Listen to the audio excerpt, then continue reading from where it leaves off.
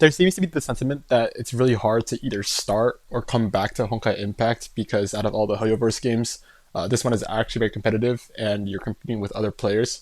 But I actually think that this might be the best time to either return or start. If we're talking strictly about the meta, I'm not talking about the story content or anything like that, just talking strictly on the meta, this might be the best time to return, and let me explain why in this really fast video. So this is a tier list from Mercy Honkai for 3 versions ago. The reason why I show this is because that you look at every single team, and every single elemental and physical team requires different Valkyries that have literally no overlap, except like I guess the Hersher Truth. In order to build every single team on this list, you'd need like 15 Valkyries. This is not an exaggeration, I literally counted. You'd need around 11 to 15 Valkyries, and it's just a lot harder to build 11 to 15 Valkyries, especially if you're trying to fully gear them. And you couldn't just choose to not build one of the teams because there were certain weathers in the Abyss that required you to have a certain elemental team. Basically, you were not competitive until you had all 15 Valkyries built. However, with the current Part 2 Valkyries, you can literally build every single elemental slash physical team with just 3 to 4 Valkyries only. Let me show you guys how. Senadina, Thelema, and Lantern will literally cover your 3 elemental teams. It just depends on which one you use as a leader slot. I said this in my tier list video, but the reason why this works is because all the Part 2 Valkyries work synergistically, which means that they don't rely on any help from Part 1 Valkyries, and can use each other to support each other.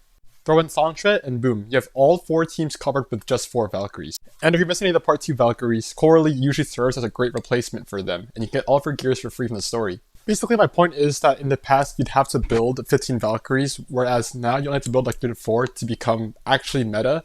And when I say meta, I'm talking like best of the best teams you can possibly have right now. Now, I realize it sounds a little bit tone deaf to say, oh, just build 3 to 4 Valkyries. But like, genuinely, if you're a starter, you'll have a lot of crystals to spend because they give you a lot of crystals, and there's a lot of crystals you get from the story as well. You can easily build 3 Valkyries in one go if you're a new player.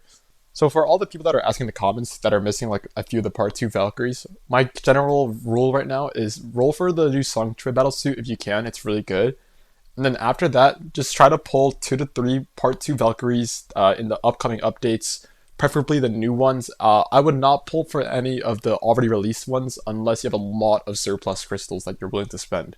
And then if you can, try to full gear them, so pull for their weapons, and then their Stigmata is forgeable, so don't pull for their full Stigmata if you already have their weapon. Now if you do want to pull for one of the older Part 2 Valkyries, I'd say definitely go for Thelema. She seems to be the most versatile one so far, with a great time stop in her kit. The reason why I'm so confident that new and returning players could probably build a team really fast is because the amount of crystals needed to pull for a Valkyrie and their full gears has drastically been reduced by a lot.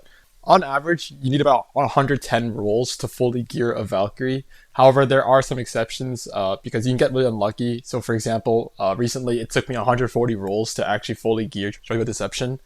But on average, unless you're super unlucky, it should be about 100 to 110 rolls. So if you really grind out Honkai Impact and get all crystal sources possible, such as the event, Memorial Arena, and Abyss, and of course if you're a new player, then the story, you should easily be able to reach these thresholds for every single patch.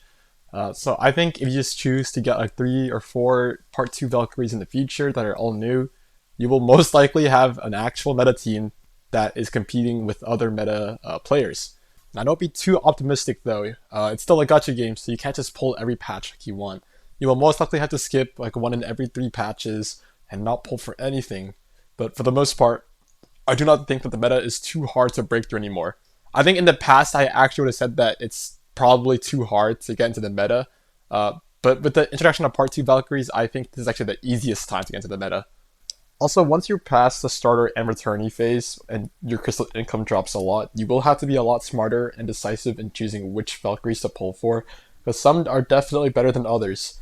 My personal opinion is if you can get the monthly pass, then it's a lot easier because you don't really have to choose anymore, since you can actually almost pull for every single Valkyrie with the monthly pass. But otherwise, if you're to stay F2P, then definitely just look out for guides to figure out which Valkyries are worth pulling for. Once again, Mercy Honkai is a great content creator to check out for that kind of stuff, so yeah. So there is Memorial Arena, and unfortunately, you need to have 9 unique Valkyries for this mode, which means that you can't just use the same like 3 to 4 Part 2 Valkyries for every boss, because they're all locked to one boss, basically, after you use them. But the good thing about Memorial Arena, though, is that you can get all the crystal rewards by just participating. Like, you don't actually need to place well in order to get all the crystals, you just have to do all the bosses to the max difficulty, and then you get all the crystals you need. What really matters is placing well in Abyss, and specifically around the Red Lotus level, because Abyss gives you your highest amount of crystals per week. It's about 800 if you're in Red Lotus, or 840 if you're in Nirvana. Hitting and maintaining Red Lotus is really easy if you have a fully built team. So getting those 3 to 4 like Part 2 Valkyries is really important, specifically for Abyss. I think new players will find it shocking how easy it is to actually reach Red Lotus once you learn how to do proper rotations as well as have a proper team built. So yeah, it's not too late. Play the game, Lol.